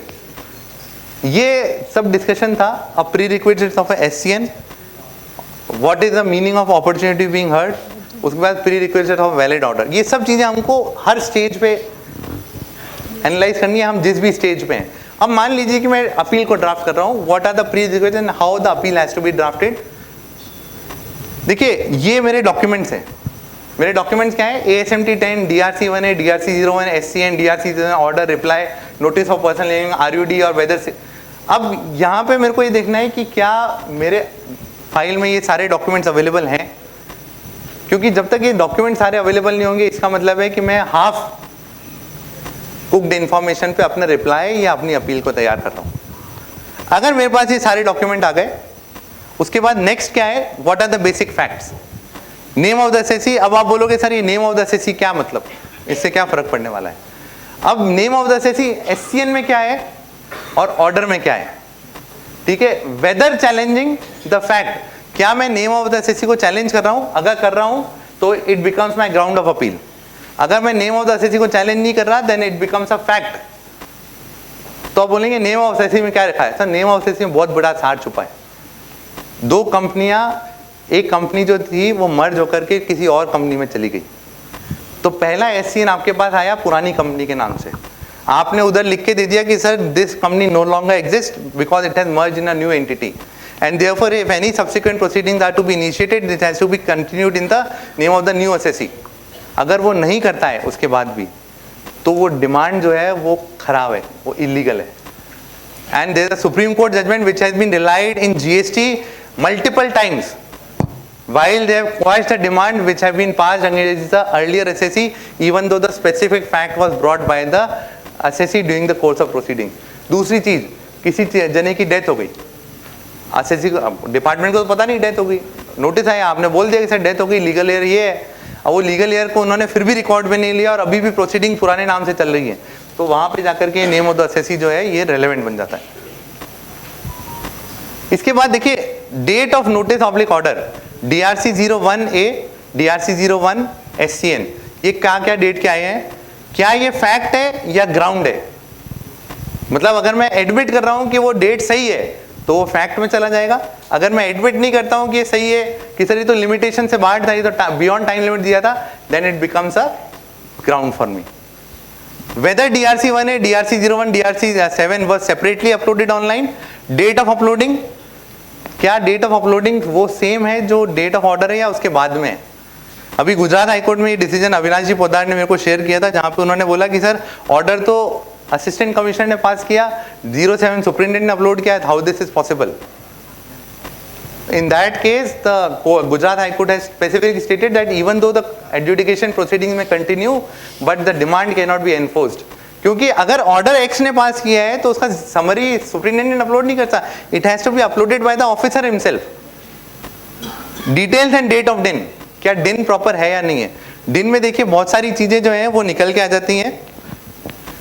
एक example देता हूं, एक order था जो हमारे case में 31 अगस्त को पास हुआ था, डेट भी 31 अगस्त, साइनिंग डेट भी 31 अगस्त। दिन जो है वो हमने वेरीफाई किया, दिन जो हमने वेरीफाई किया that DIN was which was mentioned on the order was generated on 16th September. That means the order has been passed whether on 31 August और 16th सितंबर। अगर दिन उस पे 16 सितंबर का लिखा हुआ है तो ऑर्डर कब का पास हुआ? इसका मतलब 16 सितंबर को। और अगर मान लीजिए लिमिटेशन क्रॉस हो गया, अच्छा उसके बाद वो स्पेसिफिकली सर्कुलर में लिखा हुआ है कि आप अगर डिसीजन की डेट के बाद दिन जनरेट करते हो तो वो दिन जो है वो फाइल में लगा होना चाहिए, there should be a specific approval from the higher authority that why the DIN could not be generated on the date when that order was issued. और उस केस में उनका मैंडेट क्या है? It should be a pre printed DIN on the order, it can not be manually mentioned on the order, it has to be pre printed. और अगर वो pre printed है और 16 सितंबर को जनरेटेड है तो इसका मतलब है कि ऑर्डर भी कब प्रिंट हुआ है? 16 सितंबर को। क्या उसमें वैलिड सिग्नेचर है? देखिए वो सब चीजें हैं कि 1A1 SCN को मैं लिखूं, उसके सामने क्या अगर मैं एडमिट कर रहा हूं तो मेरा फैक्ट बन जाएगा, अगर मैं उसको चैलेंज कर रहा हूं तो मेरा ग्राउंड बन जाएगा। उसके बाद relied upon documents, RUD evidences show cause notice में क्या थे, उनको रीजन क्या था रिलाई अपॉन करने का, क्या हमको दिए गए हैं, अगर नहीं दिए गए हैं तो क्यों नहीं दिए गए हैं, और अगर नहीं दिए गए हैं तो क्या मैं उसका एप्लीकेशन लगा के मांग रहा हूं, अगर नहीं मांग रहा हूं तो क्या रीजन है कि मैं उन RUD को नहीं मांग रहा हूं, ताकि मेरे को ये पता चले कि अगर 10 डॉक्यूमेंट को रिलाई अपॉन किया गया है तो 10 में से कौन से डॉक्यूमेंट मेरे पास आए हैं या नहीं आए हैं, तो मैं क्यों नहीं मांग रहा हूं तो क्या मेरे को आगे दिए गए हैं या नहीं दिए गए। अब देखिए ये 1A में कौन से सेक्शन थे, SCN में कौन से सेक्शन है और ऑर्डर में कौन से सेक्शन है, और उसके बाद DRC 07 में कौन से सेक्शन है। कई बार आप देखेंगे तो ऑर्डर तो 74 में है और DRC 07 73 में आ जाता है। ये हमारे पास प्रैक्टिकली हुआ है, 1 करोड़ का डिमांड ऑर्डर है, 74 में पास करा हुआ, DRC 07 जो है वो 73 में इशू हो गया। उसके बाद ये जब सेक्शंस हैं तो पहले मैं देखूंगा क्या मैं इनकी कॉन्स्टिट्यूशनल वैलिडिटी को चैलेंज करने का अब मेरा कंक्लूजन है या नहीं है, अगर है तो मैंने उसका कौन सा ग्राउंड बनाया है। इसके बाद ये जो सेक्शन इन्वोक किए गए हैं, क्या उसके ग्राउंड्स उस ऑर्डर में लिखे हुए थे कि ये सेक्शन मेरे अगेंस्ट में क्यों इन्वोक किए गए हैं? अगर वो ग्राउंड सही हैं तो क्या वो सारे डॉक्यूमेंट्स में सेम है? अगर वो सारे डॉक्यूमेंट में सही नहीं है तो मैं उसको चैलेंज कर रहा हूँ या नहीं कर रहा हूँ? और अगर वो सारे डॉक्यूमेंट में सेम है तो क्या वो करेक्ट है या नहीं है? और मेरे को जब भी मैं ये लिस्ट बनाऊंगा तब मेरे को ये भी पता चल जाएगा कि SCN में कौन से सेक्शन थे, ऑर्डर में कौन से सेक्शन थे। अब जैसे प्रैक्टिकली मैंने एक ऑर्डर से लिखा हुआ है, ये SCN में 16(2)D इन्वॉल्व किया हुआ था, ऑर्डर में 16(2)D इन्वॉल्व नहीं किया हुआ। SCN में कुछ नहीं इन्वोक किया गया था, ऑर्डर में 37A of the CGST rules जो है वो इन्वोक किया गया है। तो 37A can not be invoked directly, and since 16(2)D has been dropped, that means the officer is satisfied that I have complied with the provision of section 16. उसके बाद मेरे पास जो SCN आया है उसमें जनरली अगर पैरा नंबर लिखे हुए हैं तो अच्छी बात है, नहीं तो मैं उस ऑर्डर के या SCN के पैरा नंबर लिख लूँ और उस पैरा नंबर को यहाँ पे लिख दूँ, और उस पैरा को मैं ये लिखूँ कि भाई क्या मैं उसको चैलेंज कर रहा हूँ। अगर मैं चैलेंज नहीं कर रहा हूँ उस पैरा को तो मेरे अपील का वो कौन सा सीरियल नंबर ऑफ फैक्ट है। अगर मैं उसको चैलेंज कर रहा हूँ तो मेरे ग्राउंड्स का वो कौन सा नंबर। जैसे मैं para number of 7 of the SCN या ऑर्डर को मैं चैलेंज नहीं कर रहा हूँ तो 7 को चैलेंज कर रहा हूँ तो मैं ग्राउंड बन गया वो, और जहाँ पे पैरा नंबर 6 को मैं चैलेंज नहीं कर रहा हूँ वो मेरा serial number of facts of appeal बन गया। तो इसी तरह से जो SCN पार्ट है उसी को हम ऑर्डर में भी कर लेंगे। द इंटेंट इज, देखिए हमको कैसे ड्राफ्ट करना है, we all are professionals. The only thing is while drafting we should not skip the relevant aspect. और जब मैं ड्राफ्ट कर रहा हूँ तो कभी मैं ये सोच के ड्राफ्ट नहीं करूँ कि तो मेरा ऑफिसर उसको मानेगा कि नहीं मानेगा, मेरा अपीलेट अथॉरिटी उसको मानेगा नहीं मानेगा। Ultimately the matter will travel up, और उसके बाद कौन सा आर्ग्यूमेंट कब चल जाएगा that you never know. So with this, I would like to conclude my today's session and thank you to the organizers and the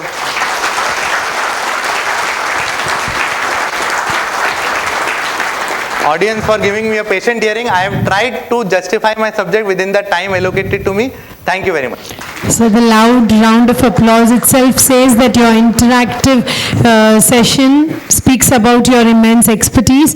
We completely forgot we sat for the session after this presence at the Tax Conclave 2025 today. At this instance, we would like to felicitate the dignitaries on the dais at the hands of our speaker, CA Dr. Arpit Haldia, sir. So may I please request you to come forward and present the first felicitation to Advocate Tejas Shah, sir.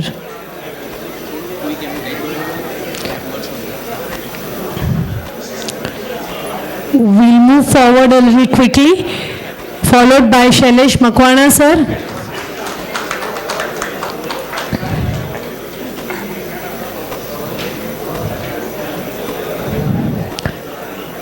Next would be CA Sanjeev Butt, sir.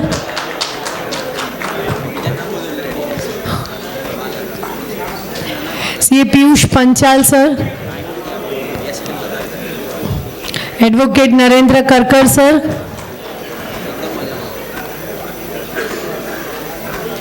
Advocate Deepesh Shakwala, sir.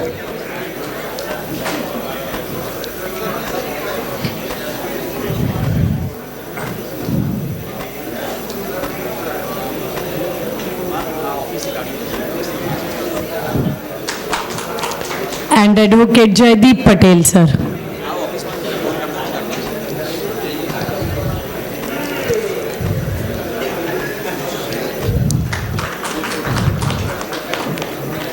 Big thank you, sir. With this, we come together for a group photograph.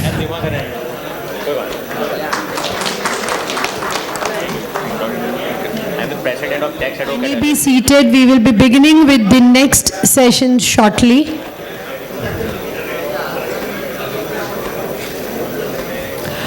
In the meanwhile, I would like to make an announcement.